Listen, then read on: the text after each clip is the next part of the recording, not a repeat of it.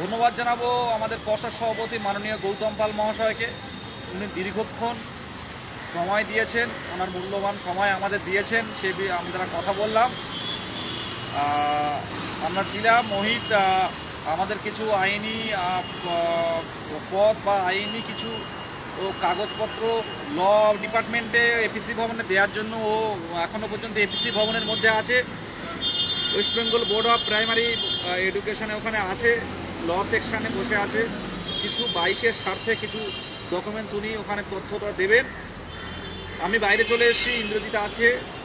তো 2022 প্রাথমিক টেট পাসদের বলবো, আপনারা শান্ত থাকুন। আজকে পর্ষদ সভাপতি আবারও আশ্বাস দিলেন যে প্যানেল বেরোনোর সাথে সাথে 2017-14 প্যানেল বেরোনোর সাথে সাথে 24 ঘন্টার মধ্যে আমাদের রিক্রুটমেন্ট নোটিশ আসবে। আজকে প্রথম এই জায়গায় দাঁড়িয়ে বলছি আমি, আইনি জটিলতা যে আগের রিক্রুটমেন্টে হয়ে আছে, সেই আইনি জটিলতা কেটে যাওয়ার 24 ঘন্টার মধ্যে আমাদের নতুন রিক্রুটমেন্টের নোটিশ আসবে, সেটা আজকে আমাদের শ্রদ্ধেয় গৌতম পাল মহাশয় ঘোষণা করলেন। অসংখ্য ধন্যবাদ West Bengal board of primary এডুকেশনকে। ওনারা আমাদের ন্যায্য দাবিটা খুব সুন্দরভাবে তুলে ধরেছেন। আমরা সাথে আছি, সরকারের সাথে আছি, পাশে আছি। এই বেশি কিছু বলবো না, এটাই আমাদের আজকের আপডেট। 2022 সালের 23 জেলার, কোচবিহার থেকে কাকদ্বীপ প্রত্যেকটা জেলার হবু শিক্ষককে আমরা বলবো একটু ওয়েট করুন। সোমবারটা দেখা যাক পর্ষদ সভাপতি কি বলছেন, সুপ্রিম কোর্ট আইনি জটিলতা নিয়ে কি বলছেন। প্যানেল বেরিয়ে গেলে 24 ঘন্টার মধ্যে 2022 সালের প্রাথমিক রিক্রুটমেন্ট শুরু করবেন বলে আশ্বাস দিয়েছেন। এই মুহূর্তে সবচেয়ে বড় খবর, স্যার অনেকক্ষণ ধরে আমাদের সাথে কথা বললেন, প্রায় 40 মিনিট ধরে উনি আমাদের সাথে কথা বলেছেন। বিস্তারিত তথ্য দিয়ে আমরা সেটা তুলে ধরেছি এবং আইনি অফিসার, ল অফিসারের সাথে আমাদের দেখা করার সুযোগ করে দিয়েছেন। ওনার কাছেও কিন্তু আমরা ডকুমেন্টস দিয়েছি, যেন 22 কোনোভাবে যেন 22 বঞ্চিত না হয়, যাতে 22 সবার নিয়োগ পায়, সেই বিষয়েও কিন্তু আমাদের ওয়াকিবহাল করেছে যে সরকার যে শূন্যপদ দেবে। আমি বলেছি স্যার, আপনি বলেছিলেন যে 50,000 ভ্যাকান্সি দেবেন, তাহলে কেউ বসে থাকবে না। বিহারের যে নিয়োগ, প্রাথমিক নিয়োগ, সেই নিয়োগ পশ্চিমবঙ্গে হওয়ার জন্য স্যারকে অনুরোধ করেছি যে আপনি যেমন 22 স্টেট নিয়ে একটা ইতিহাস রচনা করেছেন, সেরকম বিহারের মতো নিয়োগ দিয়ে অন্তত 50,000 ভ্যাকান্সি দিয়ে, সবার নিয়োগ দিয়ে পশ্চিমবঙ্গে একটা ইতিহাস রচনা করুন। এই জায়গা থেকে এসছে মোহিত আছে এখনো পর্যন্ত West Bengal board of primary এডুকেশনের মধ্যে।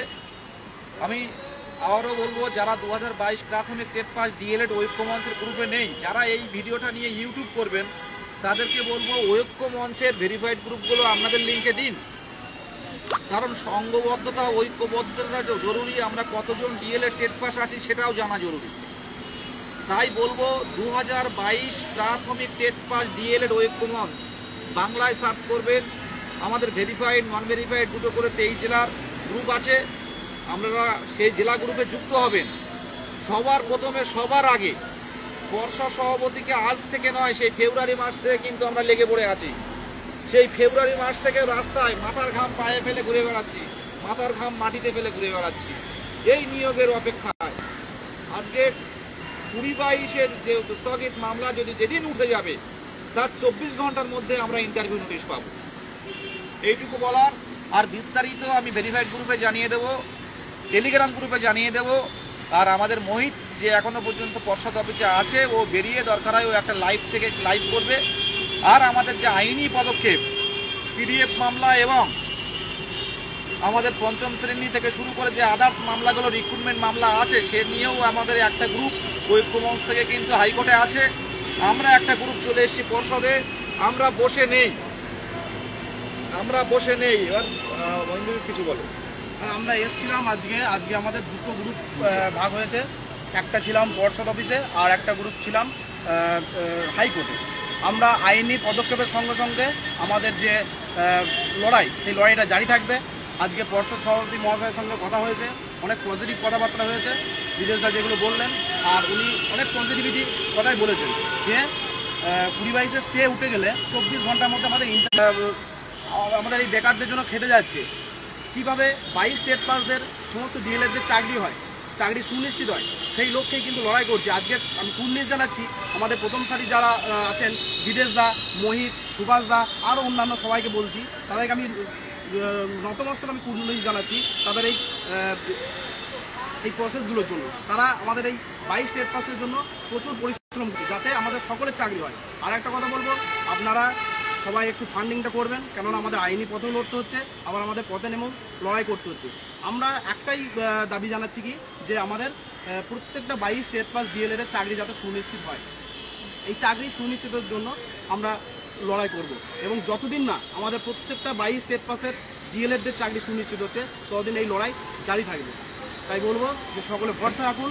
আর একটা কথা বলবো যে নকল হইতে সাবধান, আপনারা আসল গ্রুপে আসুন, যুক্ত হন। আমাদের যে 22 স্টেট পাস ডিএলএড ঐক্যমঞ্চ আছে, এই ডিএলএড ঐক্যমঞ্চের গ্রুপে যুক্ত হন। এই ঐক্যমঞ্চই পারে একমাত্র আমাদের বেকারত্ব থেকে মুক্তি দিতে। আজকে পর্ষদ সভাপতির সঙ্গে ভালোভাবে কথা হয়েছে, ওনাকেও আমি নমস্কার জানাচ্ছি আমাদের 22 স্টেট পাস ডিএলএড ঐক্যমঞ্চের পক্ষ থেকে। খুব আমাদের পর্ষদ সভাপতি মহাশয় খুব ভদ্রলোক, খুব ভালো কথা বলেন এবং খুব সময় দেন আমাদের 22-এর হয়ে। কারণ ওনার এই জীবনে প্রথম স্বচ্ছ টেট আমাদের বাংলায় উনি এনে দিয়েছেন। তো উনি খুব সুন্দরভাবে যথেষ্ট টাইম দিয়ে আমাদের সাথে কথা বলেছেন। আমরা অপেক্ষায় থাকুন, আর বিস্তারিত খবর দ্রুত আমরা দেব। আমরা আমাদের ভেরিফাইড গ্রুপে যুক্ত হন, আর পরবর্তী পদক্ষেপ, পরবর্তী কর্মসূচি আমরা জানাবো। আমাদের অলিউল কিছু বলো। কেস আপডেট গ্রুপে আপনারা যুক্ত হন, যাতে আমরা আমাদের আইনি পদক্ষেপগুলো নিতে সুবিধা হয়। প্রত্যেকে যুক্ত হন। অলিউলদা কিছু বলো। এটুকু বলবো যে আপনারা সবাই ভালো থাকবেন। আর টেলিগ্রাম গ্রুপ কিংবা হোয়াটসঅ্যাপ গ্রুপে ডিটেলস পেয়ে যাবেন, লিখিত আকারে আমরা দিয়ে দেবো। পর্ষদের পাশে থাকুন, সরকারের পাশে থাকুন। নিশ্চয়ই 22 স্টেট কেউ বসে থাকবে না, আজকেও উনি বললেন কেউ বসে থাকবে না। এই বলে আমার সংক্ষিপ্ত কথা আমি শেষ। আর একটা কথা বলি যে নকল হইতে সাবধান, এই ঐক্যমঞ্চই পারে প্রত্যেকটা বেকার স্টেট পাস ডিএলএডের চাকরিকে সুনিশ্চিত করতে।